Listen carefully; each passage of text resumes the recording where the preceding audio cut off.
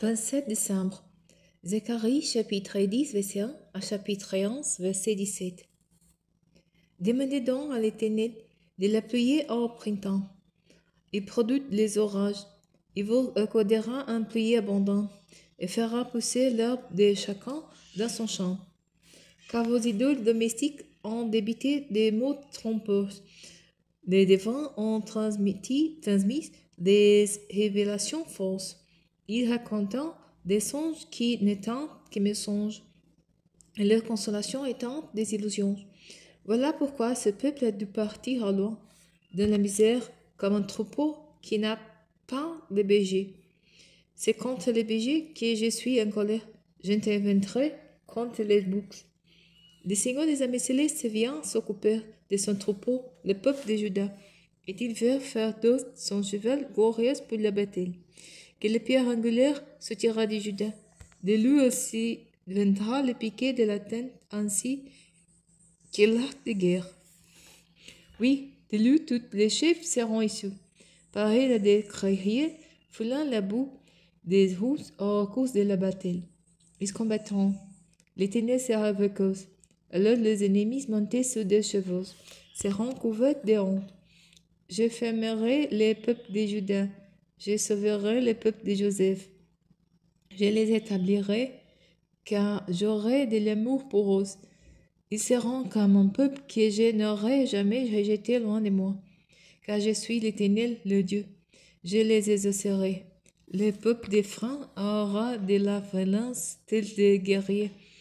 Le cœur sera joyeux tout comme on se réjouit quand on a bu du vin.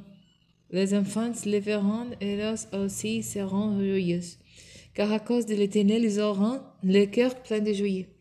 Oui, en sifflant, je les rassemblerai, car je les aurai délivrés, et ils seront aussi nombreux qu'ils étaient autrefois. Je les ai dispersés au sein des peuples étrangers. Dans des pays longtemps, ils se souviendront de moi. Ils subsisteront avec leurs enfants. Ils reviendront. Je les amènerai d'Égypte. Je les assemblerai de la Syrie. Je les ferai rentrer en Galade et au Liban. Et même ainsi, l'espace ne leur suffira pas. Israël franchira la mer de la détresse. L'Éternel frappera les vagues de la mer, et il mettra à sec le Nil jusqu'en ses profondeurs. Le gueule de la Syrie sera brisé, le sceptre de l'Égypte lui sera levé. Et aux Israélites, je donnerai la force qui vient de l'Éternel. Ils marcheront pour lui, l'Éternel le déclare. Liban ouvre tes portes, et qu'un feu dévore tes cèdres. Lamentoi, c'est près qu'à laisser de tomber, et les arbres majestueux ont été abattus. J'ai mis ces chenilles du bassin, car la forêt si dense a été abattue. On entend les bergers gémir, car ce qui faisait leur gueule a été dévasté. On entend les lionceaux rugir, car les forêts touffues faisant la fierté du Jourdain ont été abattues. L'Éternel mon Dieu dit, sois les bergers du troupeau, voués au carnage, ceux qui achètent les brebis les toits impunément, ceux qui les vendent en s'écriant, béni soit l'Éternel, je me suis enrichi, tandis que leurs propres bergers n'ont aucune pitié pour elles. Désormais, moi aussi, je n'aurai plus pitié des habitants de ces pays. L'Éternel le déclare. J'ai entre les mains de les rois. Ils saccageront l'épée et je n'ai délivré personne de leur oppression.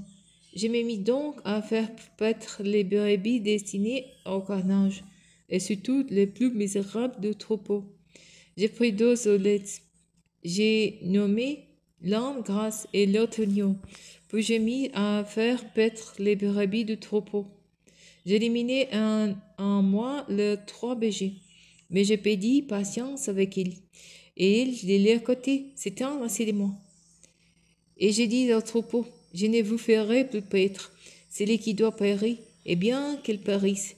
Celui qui doit disparaître, eh bien qu'elle disparaisse. Quant à ceux qui resteront, qu'ils se déverront entre elles. J'ai pris ma houlette que je vais nommer grâce et je la brisée pour annuler l'alliance que j'avais conclue avec tout le peuple. Et fut donc annulée ces jours-là.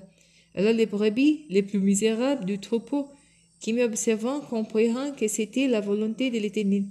Et je leur déclarai, si vous les jugez bons, donnez-moi mon salaire, sinon n'en faites rien. Ils me donneront pour salaire 30 cycles d'argent. 30 cycles d'argent.